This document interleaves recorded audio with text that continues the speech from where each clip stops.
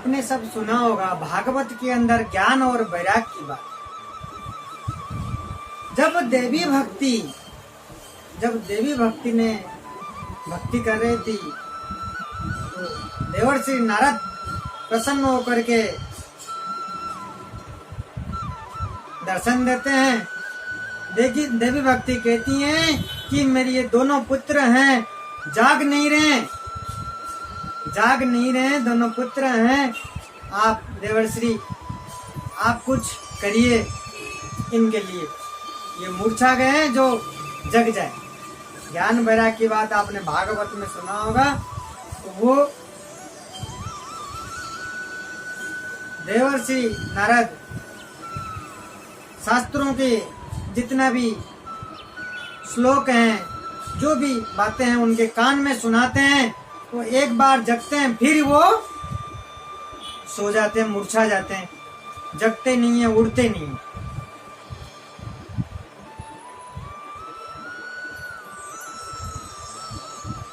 तो ऐसे करते करते देवर्षि नारद परेशान हो जाते हैं। उसी समय आसमान से आवाज होता है कि आप इनको गीता भागवत सुनाइए। देवर्षि नारद कहते हैं यही तो कर रहा हूं। बोले नहीं, किसी साधु ऋषि मुनियों से इनके सुनाइए। तो ये सुनकर के देवर्षि नारद ढूंढने निकलते हैं। पूछते पूछते सारे साधु ऋषियों से पूछ करके पहुंचते हैं बद्रिका आश्रम में। बद्रिका आश्रम में पहुंचते हैं तो वो पहुंच करके तो वहां पे सनकादि जो ऋषि हैं उनसे मिलते हैं। इस तरीका से सारी बातें बताते हैं और कि ये ज्ञान और वैराग को कैसे जागना है। तो ऋषि मुनि आदेश देते हैं देवर्षि नारद को कि इनको भागवत सुनाया जाए, तब वो ज्ञान वैराग जागेंगे। तो पूरी तैयारी होती है। पृथ्वी लोक पे कहते हैं, वर्णन ये है कि पृथ्वी लोक पे जो सुनाए थे भागवत, पृथ्वी लोक पे किसने किसको सबसे पहले भागवत सुनाए थे। पृथ्वी लोक पे बताते हैं कि ये जो भागवत हुआ था ये ऋषिकेश में हुआ था। ऋषिकेश में गंगा की घाट पे सनकादि ऋषि मुनियों ने सुनाए थे ज्ञान वैराग को। और श्रोता कौन थे? स्वयं देवर्षि नारद भी थे। तो वो पूरे संसार के लोग वहां पे पहुंचे थे भागवत सुनने के लिए। ज्ञान वैराग्य को सुनाए थे और उसमें सभी का सहायता से सबसे पहले सुनाया गया था ऋषिकेश की गंगा घाट में किनारे पे।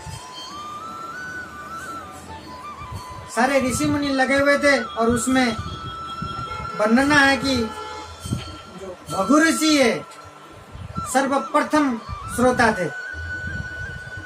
वर्णना के अंदर यह है लिखा हुआ है कि वो 7वां दिन में सिर्फ एक ही दिन कथा सुना है उन्होंने।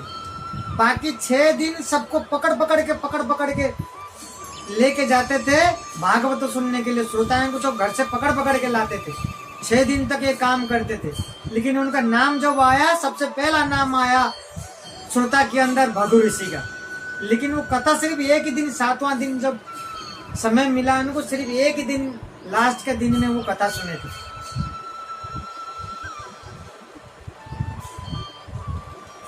तो इसी तरीके से सबसे पहले पृथ्वी लोक में ज्ञान और वैराग्य को जागने के लिए बद्रिका आश्रम गंगा की घाट की किनारे पे सनकादि ऋषियों ने भागवत की कथा सुनाई।